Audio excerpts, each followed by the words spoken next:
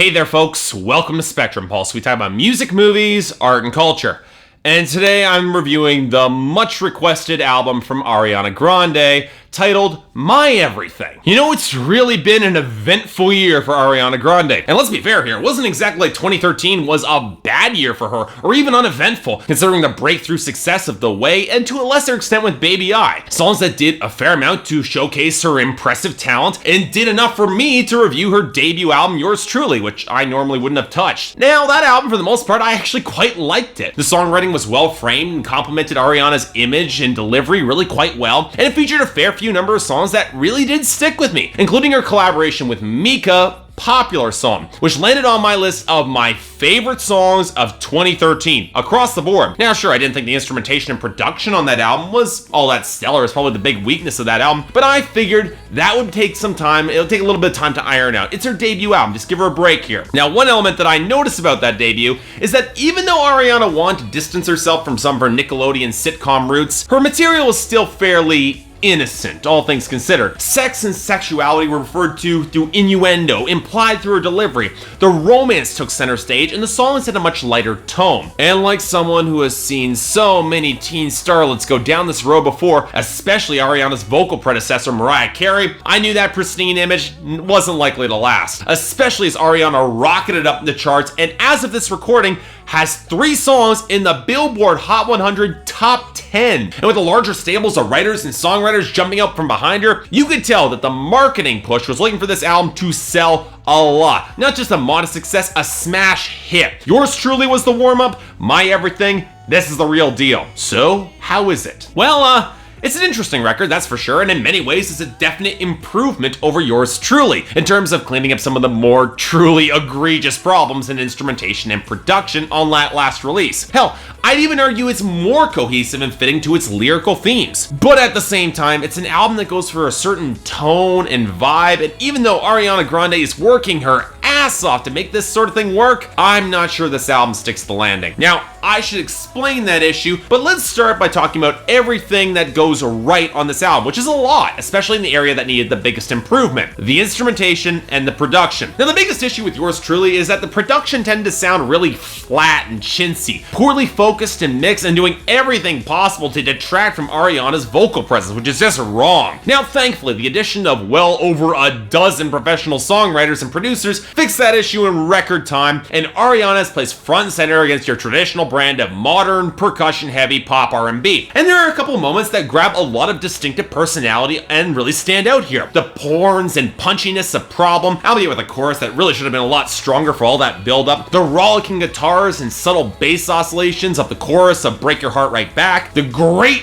thick swell of Love Me Harder, really dug that. And of course, the very subtle, gentle, reverb-supported piano and minimalism of Just a Little Bit of Your Heart. Really like that too. Hell, I even like the jazzy, in-your-face vibe of Bang Bang. That definitely outstrips its spiritual predecessor in Lady Marmalade. And while I'd argue that Jessie J somewhat steals the spotlight with her rougher delivery, just more to my taste, Ariana definitely holds her own here. I really liked it. Now, not all the instrumental moments really work here. Zed's high-energy heaviness is a really poor compliment to Ariana's fluttery voice on Break Free. Hands on Me as a vibe like a bad Pussycat Dolls reject with a really cheap sounding synths. It might be okay for Ariana, but are a really terrible fit for A$AP Ferg's rap verse, which tries to switch up and go harder and feels incredibly out of place. And You Don't Know Me goes for much of the same cheap sounding overproduction that just didn't work on Yours Truly. It doesn't work here. But honestly, most of these instrumentation and production issues are fairly minor. And while I would appreciate a little bit more of a melodic focus and the reverb and auto-tune to be tuned back just a little bit, the mixed balance in the production here feels a lot better. And it also helps matters that the songwriting has also mostly stayed consistently good, which is a little amazing considering there's over 40 songwriters contributing to the deluxe edition of this album. Now this creates something of a quandary with Ariana Grande's lyrics, in that they tend to be very well written and framed, but they lack a certain amount of individual flavor beyond some certain traditional R&B archetypes. Now thematically, this album is very focused on troubled relationships and dealing with breakups on all sides, and to this album's credit, it does explore a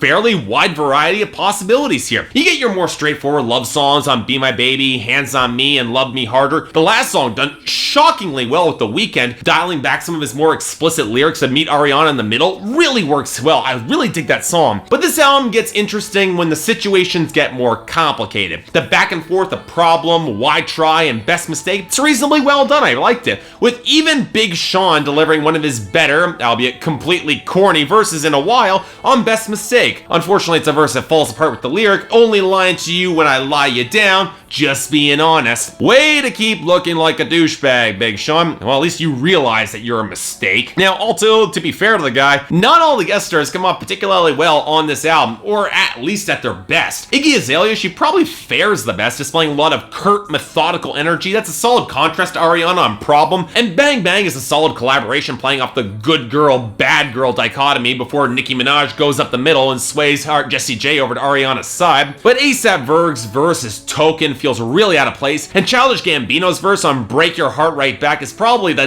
dumbest thing that he's ever put on record. Worse even than the wordplay that he dropped on Riff Raff's Neon Icon, which is saying something. Which is a bit of shame too, because Break Your Heart Right Back is actually a pretty damn good song. But Ariana's boyfriend cheats on her with a guy and then tries to win his way back to her, with Childish Gambino trying to play the guy stepping in favor of him. And now it's not exactly a flattering song, it sure as hell is not sympathetic to either of them, but the lighter tone, the good framing, and the confidence really helps make that song work. And that's one thing I really do like about this album. Ariana Grande's use of more morally ambiguous framing on songs like One Last Time, where she's the one who lied and cheated, and yet she's begging for that next time. That aching sadness of Just a Little Bit of Your Heart, where she was cheated on and yet hopes that she could hold on to a little bit of the love even though she knows she shouldn't. And the bonus track, Only One, where she can't help but feel disbelief because this guy is so good she doesn't believe how he ended up with her. It's very telling that Ariana is so good at selling this brand of vulnerability that she can make these songs work so well almost every time. But here's the thing. That vulnerability works because it played with more subtlety, and it's a better fit for Ariana's breathy, very girly vocals. What doesn't quite work is when Ariana tries to push forward for a more aggressive, straightforward brand of sexuality, with heavier backbeats, especially considering the vocal production can come across as a little bit slapdash and clumsy in supporting her. It does work on Love Me Harder, mostly through a really solid contrast with The Weeknd dialing back, as I've already said, but whenever Ariana tries to play louder and play more of that strident pop diva, she just comes across as really out of her depth. It doesn't feel nearly as natural as the straightforward potency as of a Beyonce or a Mariah or a Pink or a Kesha. The closest she gets is Bang Bang, but casting her as the bad girl in contrast to Jessie J's good girl in the first verse, I'm sorry, that's laughable. It's also why Break Free is such a colossal misfire of a song. It's a straightforward breakup song slash empowerment anthem, but it sounds like Ariana's trying to amp up this alpha diva presence that she just doesn't have yet. And part of this is actually trying to play her sexuality with more of a garish pop sensibility in comparison with the more subtler R&B side, which really strikes me as a poor fit for her voice, at least right now, because, like it or not, Ariana Grande still sounds quite young, and pushing a more sexual side instead of more of a sensual side might be a little bit of a misstep, at least right now, especially when she's not really going for the subtle dominance of an artist like FKA Twigs, which might have been a better fit for her, at least right now. Now, granted, as I said, it's all now, because some of this comes with age and time, and Ariana Grande's My Everything puts forward a pretty clear image of where she and her handlers want to take her image in the future, which means that this album does feel somewhat transitory, but still surprisingly cohesive. And while I can't say there are any outright gems like Popular Song that I really love, it does feel a little bit better structured with well-balanced instrumentation, some solid songwriting, and some pretty damn good pop tunes that I really liked. So I'm thinking a light 7 out of 10 and definitely a recommendation. Folks, if you've been listening to the radio at all this year, you might be starting to get sick of Ariana Grande, but don't be, because My Everything might just be enough to probably change your mind. So yeah, thanks a lot for watching. If you'd like to like and subscribe, I'd be more than grateful. If there's anything else I might be able to do to improve my presentation, or any other albums coming out that you want me to take a look at, I'd be more than happy to give them a listen. Until then, I'm Mark, you're watching Spectrum Pulse, and I'll see you next time.